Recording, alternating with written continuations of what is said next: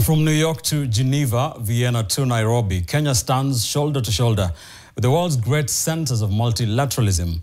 The United Nations office in Nairobi is expanding to host more agencies, funds and programs, among them UNICEF, UNFPA and UN Women, which have relocated some of their global operations.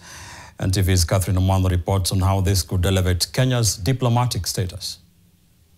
In Nairobi's diplomatic district, the United Nations Gigiri complex is undergoing a major transformation, solidifying Kenya's capital as one of the United Nations' most significant global hubs.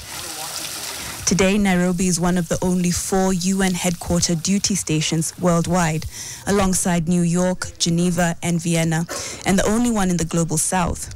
Over 6,000 UN personnel work in Kenya, with close to 5,000 based in Gigiri. Nairobi serves as the global headquarters for the United Nations Human Settlement Program, UN Habitat, and the United Nations Environmental Program, respectively, with UN providing administrative, conference services, security and information services to these entities and to the resident coordinator system globally. Kenya's support began in the 1970s with a donation of land for UNEP and UN Habitat.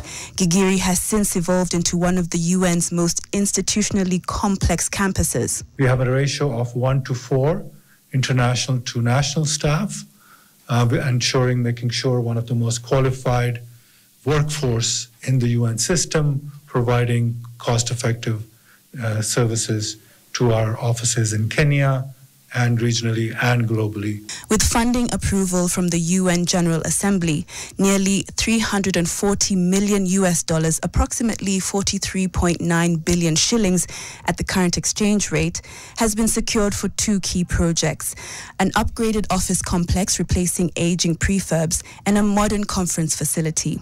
The conference facility project alone, backed with $265.7 million or 34 billion shillings, will expand meeting capacity from 2,000 to 9,000 delegates, including a brand new 1,600-seat assembly hall on par with Geneva and New York. We will have net zero energy, meaning we will produce at least as much energy as we consume using renewable sources, mainly solar.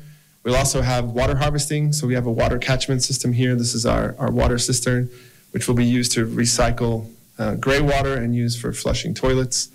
We will achieve the highest possible green building rating.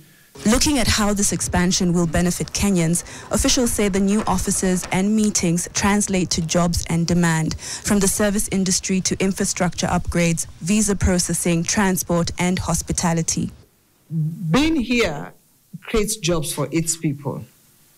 And I don't want to talk about, I call Marty my DST guy, I call Kennedy the electrician, I call Gabriel the plumber, I call Moses the carpenter.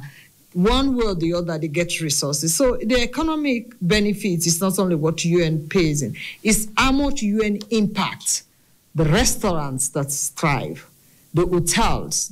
So that's the calculation. Set to be operational by 2030, this expansion looks at not only positioning Nairobi as UN's Global South hub, but as a global center for multilateral diplomacy. Catherine Omando, NTV. Definitely something.